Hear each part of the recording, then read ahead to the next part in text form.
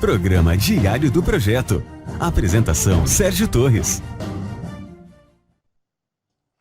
Olá, GP, tudo bem? Seja bem-vindo a mais um programa Diário do Projeto.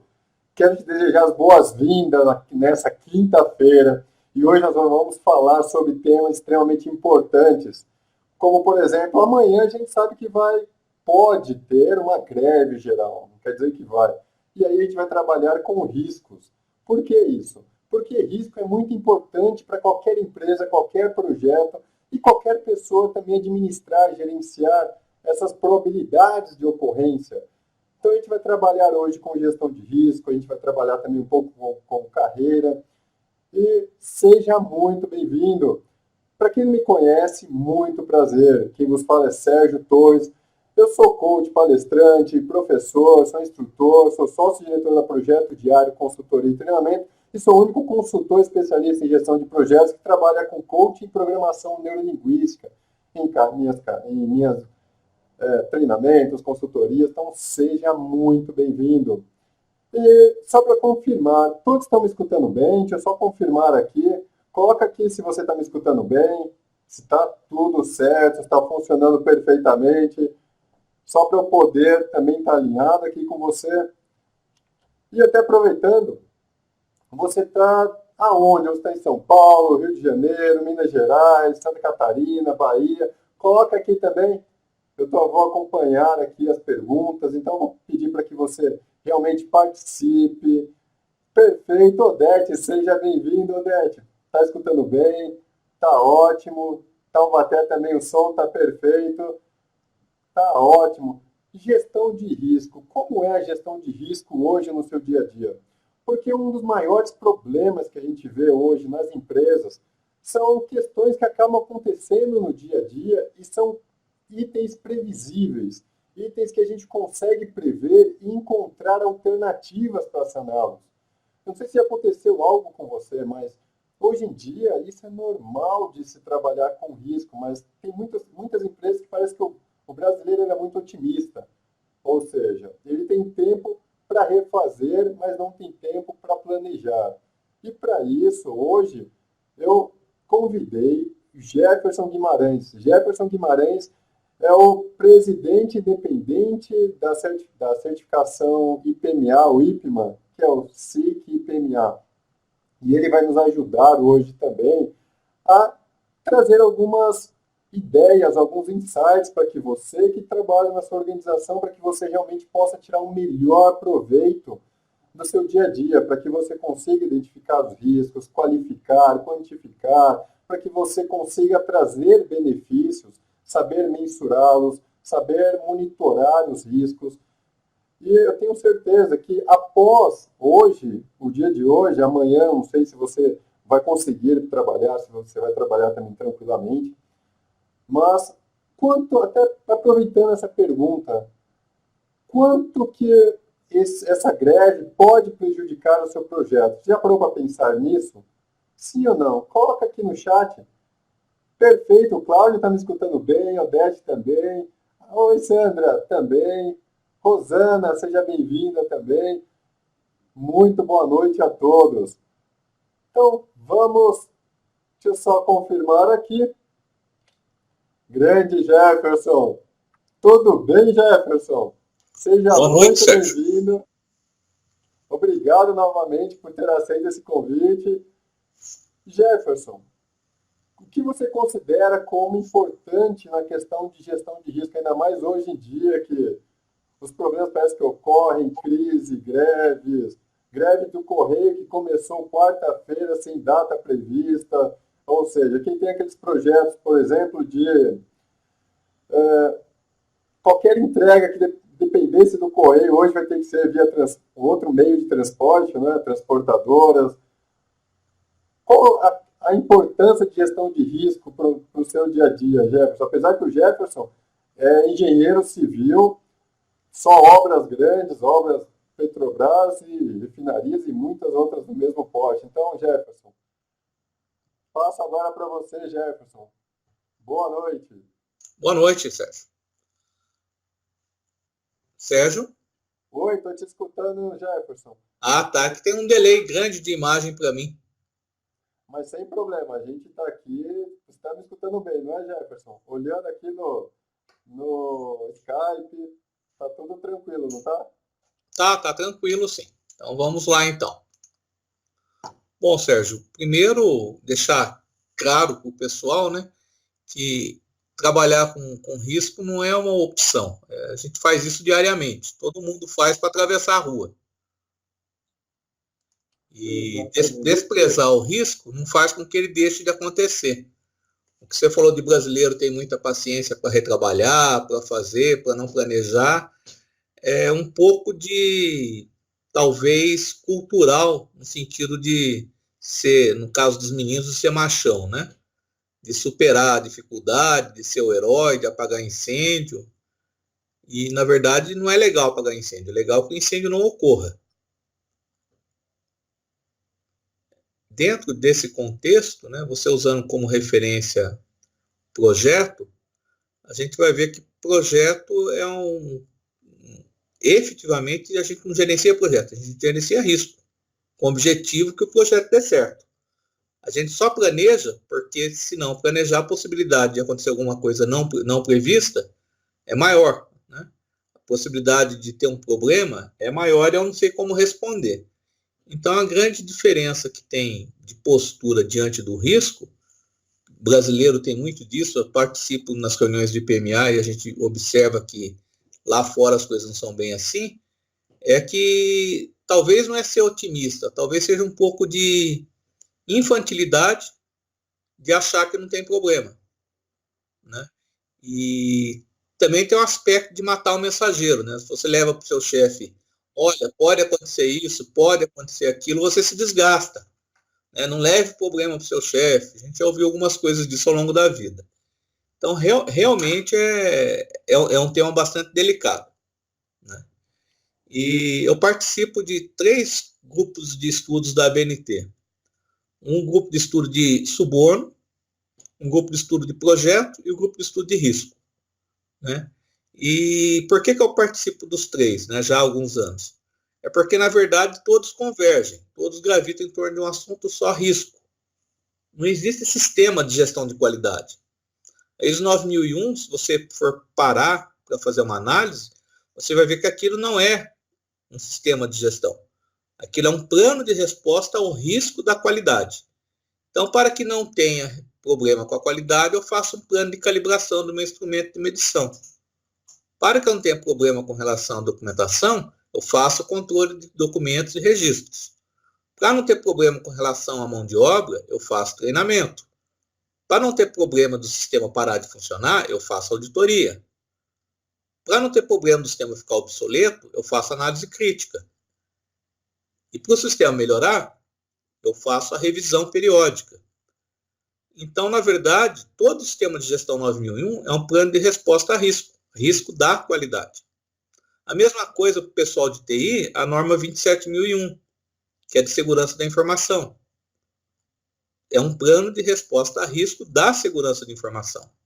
Esse plano de resposta a risco levou o nome de sistema de gestão, mas é um mero plano de resposta. Não passa disso. 14.001, risco ambiental.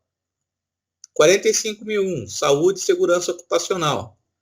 37.001, que é que eu tenho trabalhado mais ultimamente e que tem impactado muito o meu segmento, que é a engenharia. Risco de suborno. Então, na verdade, a gente o tempo todo trabalha com risco, porque o risco é eu antecipar a possibilidade de alguma coisa que vai acontecer amanhã. Perfeito, Jefferson. Eu gostei do seu comentário que todo mundo gerencia risco. Eu lembrei que aquela conversa que a minha avó, ela gerencia risco, né? Ela sai da porta, ela coloca, põe o pé para fora da porta, ela olha para o céu e vê. Se tiver uma nuvem meio escura, ela volta para pegar um guarda-chuva para poder levar. Então, uma probabilidade, uma possibilidade de ocorrer. Então, oi Jefferson. Pode falar, não, perfeito, é isso mesmo. Tem um detalhe, Jefferson, da sua área também. Eu vejo muita questão de construção civil. como você falou, projetos, na verdade, é gerenciar riscos, porque cada projeto ele tem a sua, é algo novo, algo, não diria inovador, é algo novo, tem início, meio e fim, aquela ideia de probabilidade. Perfeito. Então, todo projeto, na verdade, a gente gerencia o projeto e já é um risco de ser entregue, de não ser entregue, de atraso, tudo. Então, Sérgio, é exatamente por aí que as pessoas deveriam começar a querer enxergar, mas se recusam porque se sentem inseguras, né? Porque o grande problema do risco é que o risco trabalha com probabilidade e não com certeza. Então, para o pessoal que é da área de exatas, como eu e muitos que talvez estejam participando da conversa, a gente tem que ter um certo treinamento, né, durante a formação escolar, profissional, de achar que fazendo conta de 1 mais 1 sempre vai ser 2, né?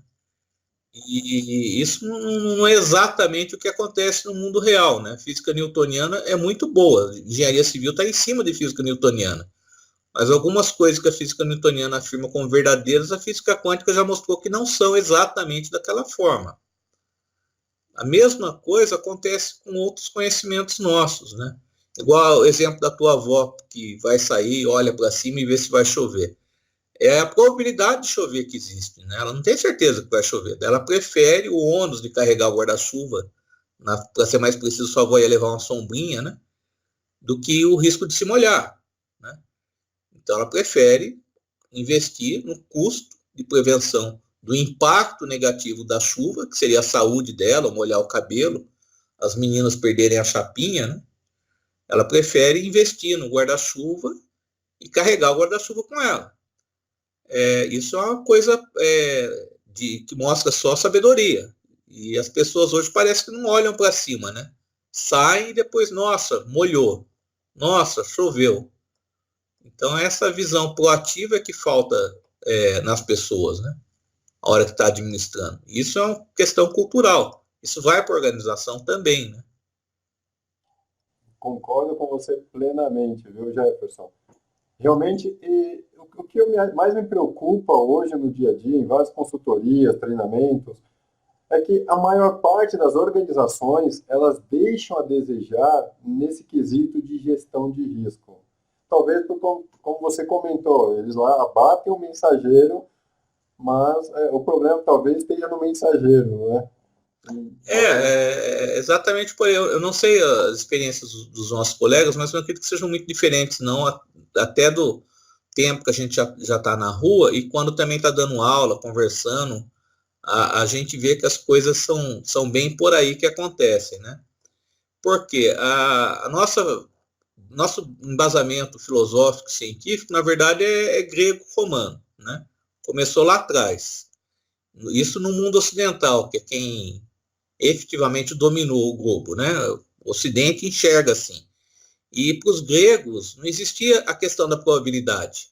Estava tudo definido pelos deuses. Então, a gente acaba trazendo isso num nível qualquer de consciente coletivo e vai reforçando nas escolas. Então, existe essa consideração de que tem a certeza de que vai acontecer alguma coisa.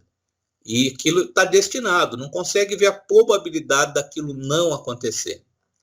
E a gente percebe muito isso quando está fazendo o cronograma, né? A pressão que a gente tem para acertar a data de alguma coisa, a duração de alguma coisa, né? Como se fosse uma coisa simples, linear. Não é, tem muitos fatores.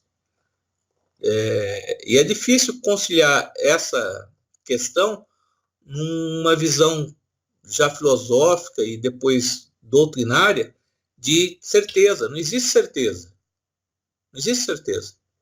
A gente tem que administrar isso. E é difícil, muito difícil, mudar a cabeça do chefe da gente, da organização que paga o salário da gente, e mostrar que a gente trabalha com probabilidade. Quanto maior a probabilidade, ótimo. Mas certeza absoluta não dá para ter. Simplesmente porque a gente nem sabe se vai ter o próximo segundo. Perfeito, Jefferson. Até aproveitando, só para confirmar, todo mundo está escutando bem, coloca aí um joinha, só confirma aqui. A Odete fez uma pergunta bem interessante. Na elaboração de uma matriz de risco, o que é mais desafiador, Jefferson? qualificar, porque vai da pessoa, da experiência, quantificar, gerenciar, definir as ações quanto à transferência de risco, ou as estratégias de risco. Aí você trabalha com transferir, mitigar, eliminar, aceitar. Qual que é o mais desafiador quando você trabalha com uma matriz de risco no seu dia a dia? Talvez, o que é mais desafiador para você, Jefferson? E até o pessoal aproveita, só confirma se está todo mundo escutando bem ou não.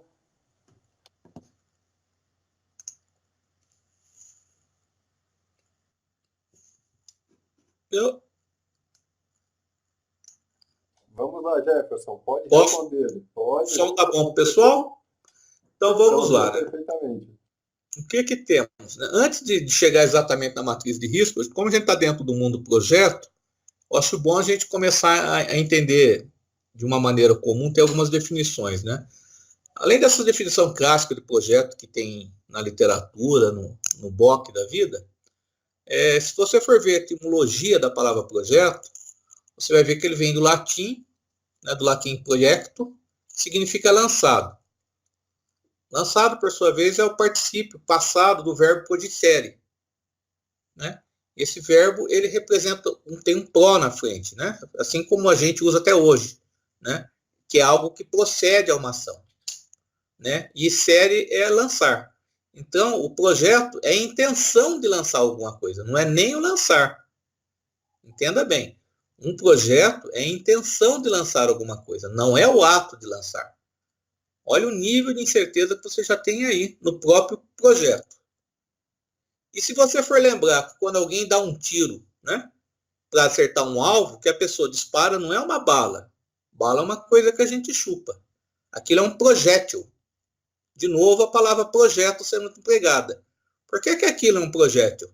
Porque pode ser que ele acerte o alvo. A intenção é essa.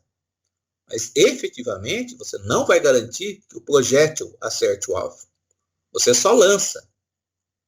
Tem todo um mecanismo de intenção de acertar. Mas isso não significa que vai acertar. Então, quando a gente vai fazer uma matriz de risco num projeto, usando como referência, o primeiro problema é as pessoas entenderem que o projeto é a intenção de fazer alguma coisa. E, obviamente, eu vou fazer alguma coisa certa. Não significa que vá conseguir. Então, o próprio projeto em si é um grande risco. A gente está vendo um risco dentro de outro risco. Né? Um grande conjunto chamado projeto é um risco. Dentro dele, a gente vai ver outros elementos menores, que têm correlação com o maior.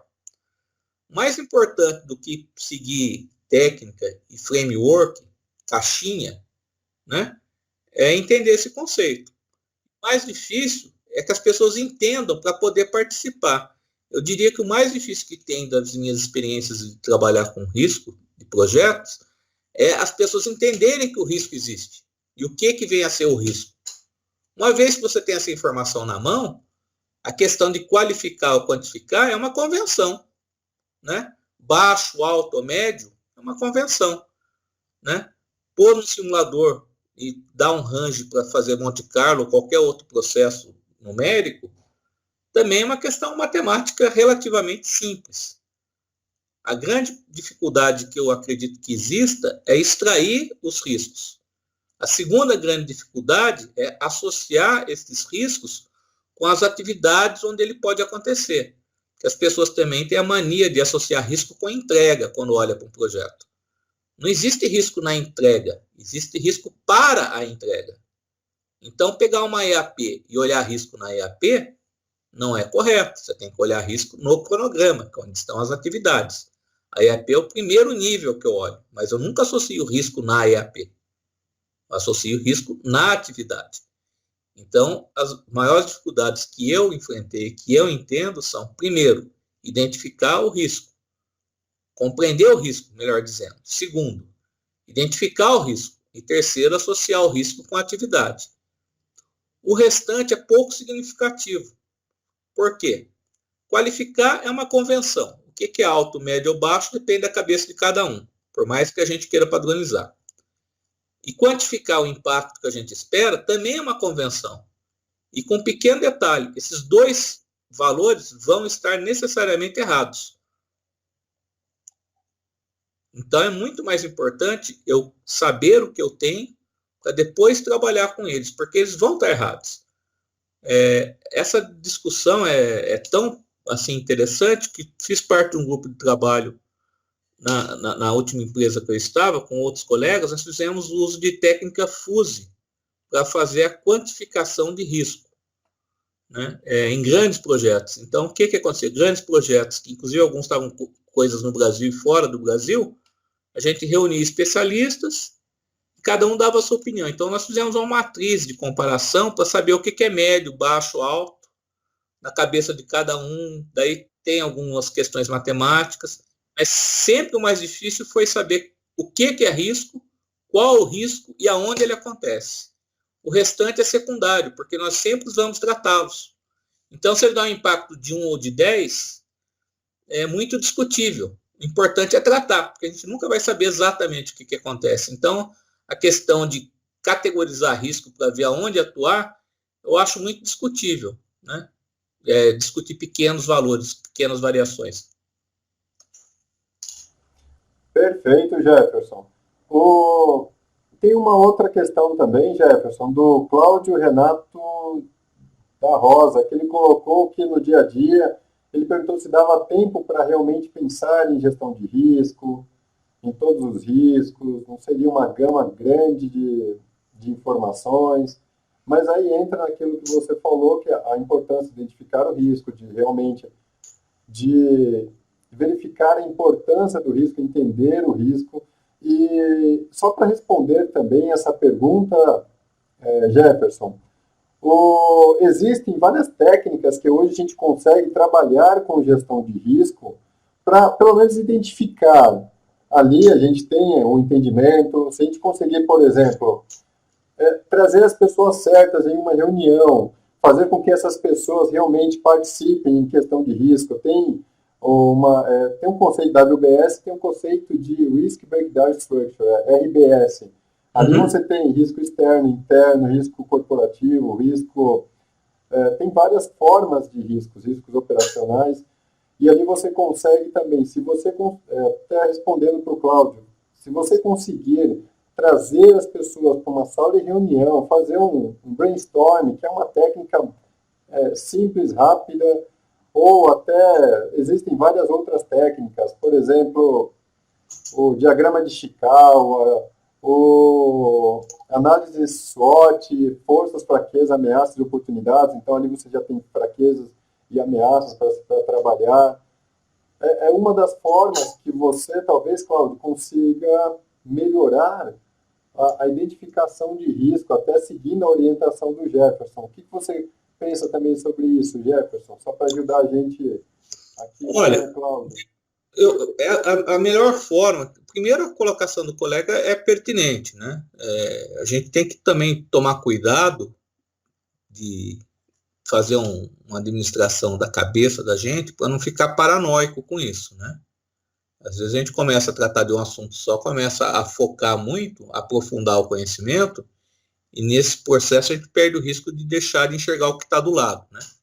Esse é um risco de pensar só em risco, né?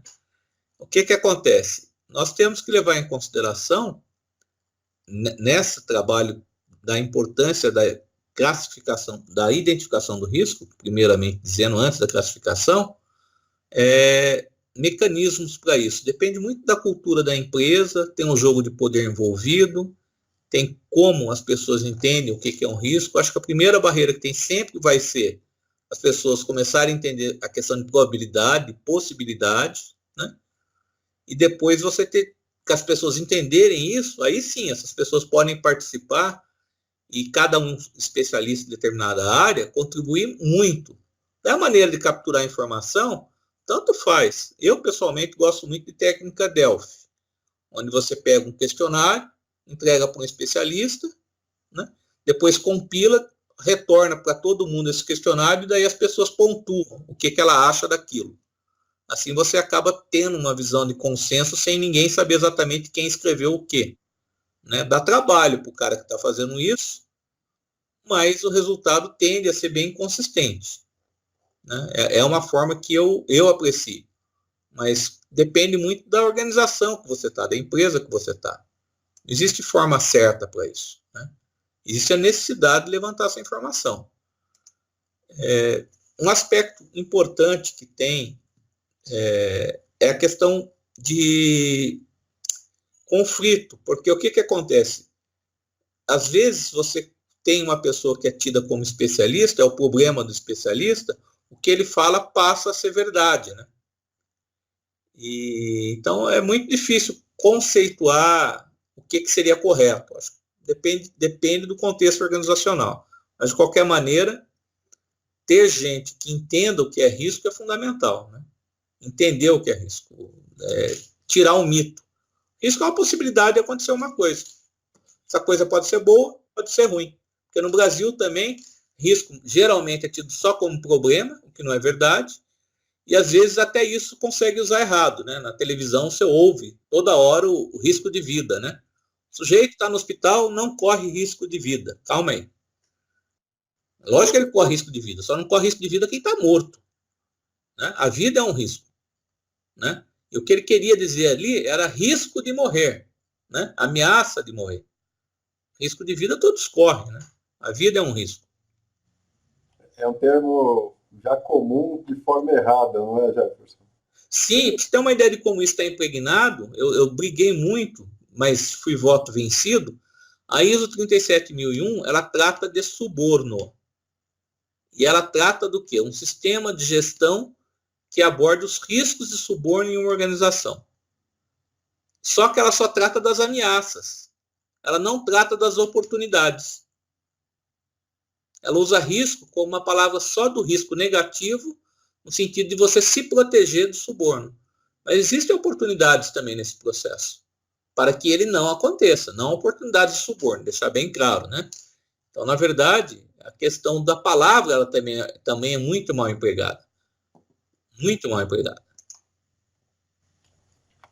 Até aproveitando, respondendo aqui o Cláudio, em quais momentos você faria essas reuniões? Eu diria aquela reunião de estado semanalmente, ou quinzenalmente, só para gestão de risco, ou até nas próprias reuniões você consegue identificar riscos, Cláudio.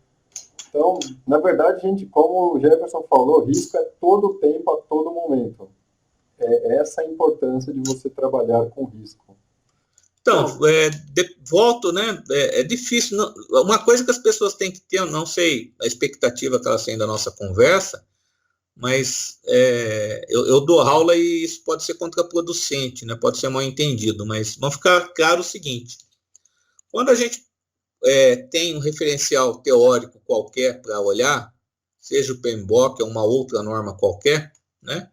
Ou um livro qualquer de algum autor consagrado, o que está ali não necessariamente é uma verdade, é uma referência para a gente usar.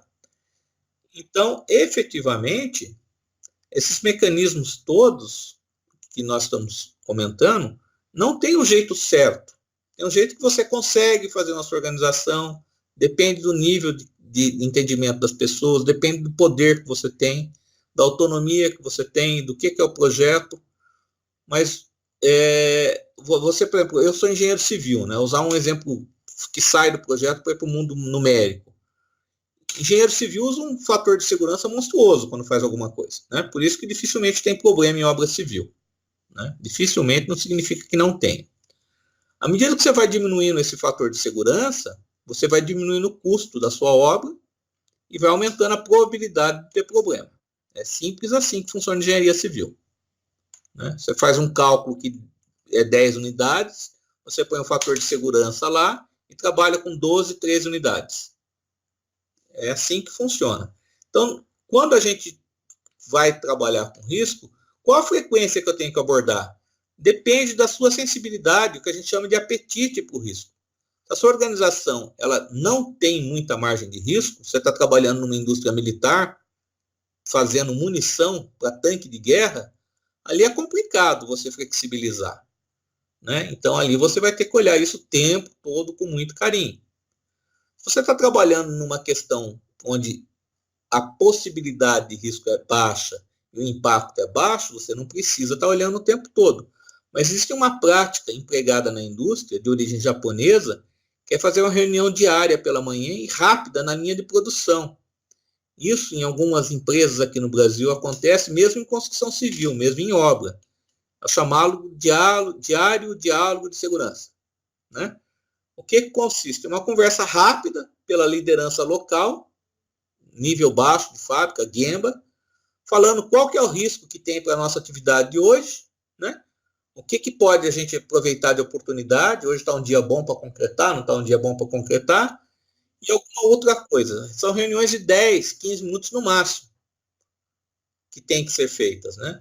Essas reuniões acontecem em algumas empresas com bons resultados. Então, eu vejo o risco todo dia. Eu não tenho que olhar todo dia todos os riscos. Isso realmente não faz sentido. Agora, olhar o risco daquele dia, eu tenho que olhar todo dia. Volto no exemplo da sua avó aí, coitadinha. A gente está usando muito a sua avó hoje. Quando ela sai, ela olha para o tempo. E ela pega ou não pega a sombrinha. Ela olha todo dia que ela sai. Agora, ela não fica se preocupando se ela vai pegar a sombrinha daqui a 3 meses. Então, risco a gente tem que olhar todo dia. Sabe o que é interessante também, Jefferson? A questão de Scrum, métodos ágeis, tem essa reunião que você falou, que é Daily Scrum, ou Daily Meeting, que é de 5 a 15 minutos todo dia. As perguntas são bem simples, Jefferson. O que foi feito ontem, o que vai ser feito hoje, e se teve algum impedimento, ou se vai ter, ou se tem algum impedimento. Então, na verdade, Sérgio, quando a gente estuda e passa um certo tempo, né, adquire um certo volume de experiência de ter lido matérias de origem distintas, eu, por exemplo, sou engenheiro civil, já fui programador de computador, auditor de sistema, coisa do gênero. E o que acontece? Você começa a ver que, na verdade, a gente tem muito pouco de novo. A gente tem gente boa de marketing para criar rótulo, para criar nome para a ferramenta que já existe. Dá um exemplo para você que eu costumo conversar com os meus alunos. PDCA e DMAIC, que é uma coisa mais nova. Cara, é PDCA disfarçado, travestido. PDCA da década de 30, para ser mais exata, de 1932. É o que se usa até hoje. É o que se usa até hoje. Isso, do ponto de vista formalização. Mas PDCA está lá na filosofia grega, quando se fala que a perfeição, a excelência, vem da repetição. Então, esses rótulos a gente tem que tomar cuidado, porque às vezes a gente pensa que está pegando, mas que legal isso aqui. Não tem nada de novo. O que nós estamos falando agora do DDS, que usa métodos ágeis na área de TI, é uma coisa que vem de estaleiro japonês. Né? Lá da década de 50. Com o senhor Ishikawa. Então, efetivamente, no fundo, as coisas não mudam muito, não. Sim, só dá uma roupagem, não é, Jefferson? É só uma roupagem, exatamente. Muita gente ganha dinheiro, nós temos mania de ficar copiando o que tem nos Estados Unidos sem parar para pensar se é exatamente igual. Né? Nós consumimos o que se faz lá, acha que todo o conhecimento científico sai de lá, e lá eles têm um poder de marketing muito forte, até porque quem criou a própria palavra foram eles, e a gente acaba acreditando que é coisa nova. Não é novo. Absolutamente nada de novo. Você tem menção de gestão de risco de projeto na Bíblia. Né? Tem lá algumas citações do tipo, não começo a minha casa se eu não sei se eu vou terminar. Que é coisa mais óbvia que isso? Concordo com você, viu, Jefferson?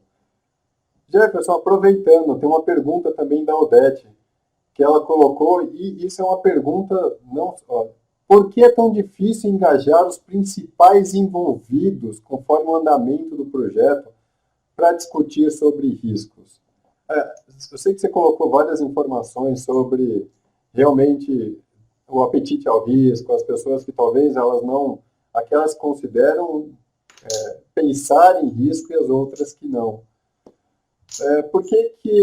Quais dicas podemos adotar para que a abordagem deixe de ser um bicho de 7 cabeças? Sabe a pessoa é totalmente otimista, vai dar tudo certo, não vai chover amanhã. Amanhã a greve, o metrô vai funcionar perfeitamente, o transporte vai ser uma maravilha. Então, a grande questão que tem infelizmente, né, parece chavão, mas eu não vejo outra resposta, né, a questão talvez até da minha limitação, é conceitual, é educacional. Porque o que acontece? Não é querer dizer que seja machismo, mas a nossa cultura é do cara que é fodão, né? Vamos usar a palavra certa. Não, o cara falou que vai fazer e faz. O cara falou que cumpre e cumpre. Ele não admite, essa alta chefia, essa liderança, que exista a possibilidade dele não entregar, porque nesse momento ele está fraquejando. Então ele passa isso para baixo e acaba fazendo uma bola de neve. Daí quando chega embaixo, o cara fala, não, mas isso não vai acontecer. Isso não vai acontecer. Em 2012, eu fiz uma análise de risco junto com os amigos meus e vimos um problema que aconteceria em 2014, se continuasse daquela forma, e que iria impactar o projeto em mais 2 anos, que seria 2016. Você não imagina o nível de desconforto que isso causou para o meu chefe, que teve que emitir depois, não exatamente uma errata, mas um relatório de esclarecimento dizendo que aquilo era só uma possibilidade e coisa do gênero. Agora eu vou te dizer o resultado final disso. Nós estamos em 2017 e o problema continua. Por quê? Porque ninguém quer ver. É a técnica do avestruz, né? Para que eu vou ver esse leão horroroso se eu posso enfiar a cabeça nesse buraquinho aqui? Aquele leão horroroso querendo me comer. Deixa eu enfiar a cabeça aqui. Até porque em projetos grandes tem tanta possibilidade de outros problemas que se comer o outro avestruz, ele não vai me comer. Então é melhor eu não o ver. Então todo mundo enfia a cabecinha na areia, alguém vai ser comido. Existe a possibilidade de não ser eu. Nesse momento, o cara usa a probabilidade. Ele não é determinístico. Senão ele não faria isso. Então a grande sacada que tem é esse aspecto de imagem. O cara não quer aparecer como uma pessoa frágil. É só isso. Nada diferente disso. Nunca parei para pensar dessa forma, viu, Jefferson? Hã? Nunca parei para pensar dessa forma, mas eu vejo Ele não quer parecer frágil. Porque se ele parecer frágil, ele acha que se for que a peãozada vai encostar, não vai trabalhar, que o fornecedor vai atrasar, já que ele admite a possibilidade do fornecedor atrasar. É uma questão muito assim de entendimento, maneira de mudar isso. É bater nesse instrumento toda hora até passar um ciclo de quem está aí, porque alguns caras não vão mudar nunca mesmo. Isso é um fato. Mas está chegando gente nova, gente mais esclarecida, e isso talvez mude, né? Mas simples não é. Eu trabalho com isso faz muito tempo já vi alguns ganhos.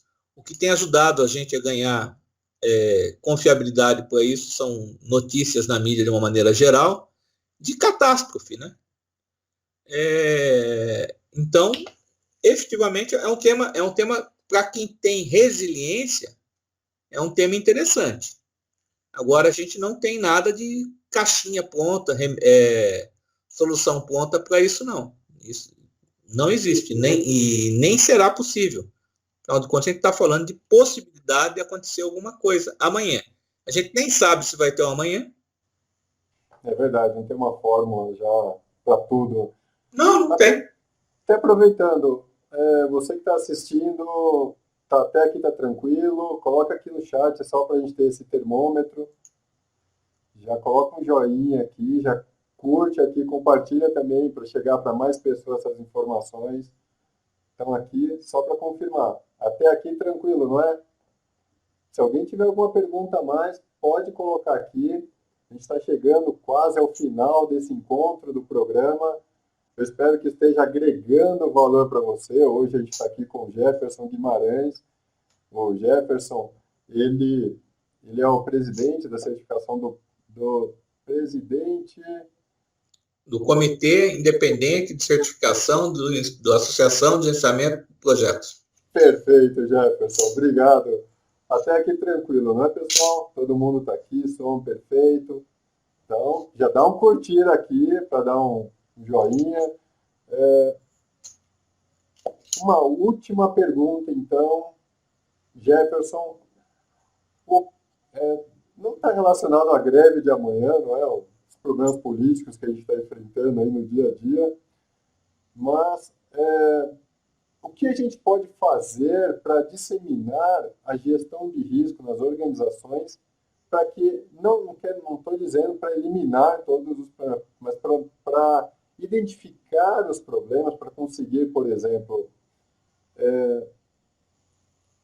aumentar as chances de sucesso em seus projetos, levando em consideração a adoção ao risco. O que seria, para a gente finalizar, Jefferson, uma dica, aquela dica mestre sua, Jefferson? Olha, a primeira dificuldade que a gente vai ter é de ser ouvida, é a credibilidade, né? Isso é complicado. A estrutura da empresa que a gente trabalha vai ter que ter algum mecanismo que nos faça ser ouvido. E vai depender muito da capacidade de cada um, no contexto que está inserido, de ver qual a ferramenta adequada de comunicação. Eu já tive experiência boa de pegar casos que tivessem na mídia e levar para a minha chefia e mostrar. A greve que você está citando, por exemplo, para amanhã, essa possibilidade de greve, sem entrar no contexto ideológico do assunto, né? Não vou entrar no contexto ideológico porque eu não acredito que tenha. O que eu vejo no Brasil hoje é luta de facção para ver quem rouba mais. Então não tem ideologia aí, né? Tem bandido, né? Se ele está com a camiseta vermelha ou azul, é o de menos. Mas voltando para o assunto da greve. Essa greve é uma coisa que, quando eu fiz minha análise de projeto há 2 anos atrás, num grande projeto, fatalmente eu não pensei em greve para amanhã. Mas sempre existiu a possibilidade de greve. Isso é um fato. Se eu, quando fiz meu projeto há 2 anos atrás, eu não considerei a possibilidade de greve, e durante esses 2 anos, mensalmente, quando eu faço uma análise do meu projeto, eu não vi a necessidade de greve, eu sou aquele avestruz que enfiou a cabeça na areia. Agora que está sentindo o hálito quente do leão, não adianta falar, vai ter greve amanhã, o que eu faço? Certamente qualquer decisão que você tomar vai ser muito pouco capaz de trazer o resultado que você precise, né? Eu diria que é tarde. É só rezar para ter pouco problema. Por outro lado, se há 2 anos atrás eu pensei que poderia ter greve, eu só não sabia quando, já vou ter alguma coisa preparada, pelo menos com alta direção. E se há 2 anos atrás eu achei que poderia ter greve e venho monitorando isso mensalmente, eu sabia desde o mês passado que tinha um calendário de greve para agora. Daí eu já sei, identifiquei o risco, apliquei o risco nas minhas atividades onde ele impacta, que eu olho no meu cronograma o que eu vou estar fazendo amanhã e sei onde ele pode acontecer. Faltou quantificar o risco se isso acontecer. Daí eu vou ter uma quantificação de atraso de X dias, X horas, perda de Y dinheiro, depende do seu cronograma, da sua gestão. Eu já tenho um plano de mitigação para isso, que é, eu dou folga para o pessoal amanhã, para que eu vou correr risco disso? E faço o pessoal vir trabalhar no sábado. Eu troco o dia. Faço o pessoal vir trabalhar no sábado. Eu troco o dia e faço o pessoal trabalhar 1 hora por dia a mais durante uma semana. Ou seja, tem formas de você identificar... Desde que você enxerga o leão. Você pode correr para a direita, correr para a esquerda, né? Se esconder. O que você não pode fazer é enfiar a cabeça na areia e achar que está tudo certo. A grande estupidez que a gente vê no Brasil é isso. Tem uma coisa que eu chamo de cornograma. O que é um cornograma? Um cornograma é um cronograma feito para enganar corno. O cara que não quer saber o que está acontecendo na obra. Ele tem uma data de entrega no contrato, ele quer que o cronograma bata com a data dele. É o famoso cronograma esse? Então... Cornograma. Eu trabalhei numa empresa onde eu fiz um cornograma por 2 anos. Eu tinha que entregar uma documentação para um órgão público onde eu não poderia alterar a linha de base que estava lá para o órgão público. Essa obra foi entregue 5 anos depois. Mas todo mês ia para lá um cronograma para os caras. É complicado.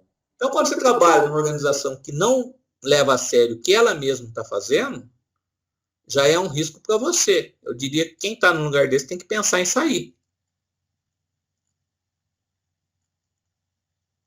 Hoje está difícil o emprego, não vou discutir. Mas põe aí no seu plano de resposta ao risco e trabalhar num lugar decente. Porque trabalhar com gente burra, a gente corre o risco de ficar burro também. Perfeito, Jefferson. Cara, muito obrigado pela sua participação, Jefferson. Quero te agradecer imensamente. Pessoal, também quero agradecer vocês por estarem aqui com a gente, por ter passado esse tempo.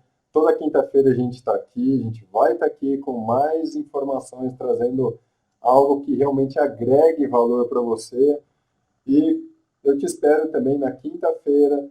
A gente vai falar mais sobre problemas que ocorrem nas organizações, o que você pode fazer para melhorar. Vou te pedir também para curtir, compartilhar, avisar as pessoas também desse novo programa, para que você também participe, para que você também agregue valor no seu dia a dia, no seu trabalho, para que você cresça profissionalmente, para que a gestão de projetos possa realmente, ao invés de gerar demissões, gerar empregabilidade. Porque isso é o que acredito, a gente está também com projetos novos. Logo a gente vai trazer, eu vou trazer para você também mais informações sobre novos projetos. Tá ok, GP? Então, quero te agradecer por estar aqui comigo. Amanhã te desejar qualquer coisa hoje, né? Amanhã um bom descanso, uma ótima noite, fique com Deus e um grande abraço. Até mais. E até mais também, Jefferson. Obrigado. Até mais. Tchau, tchau.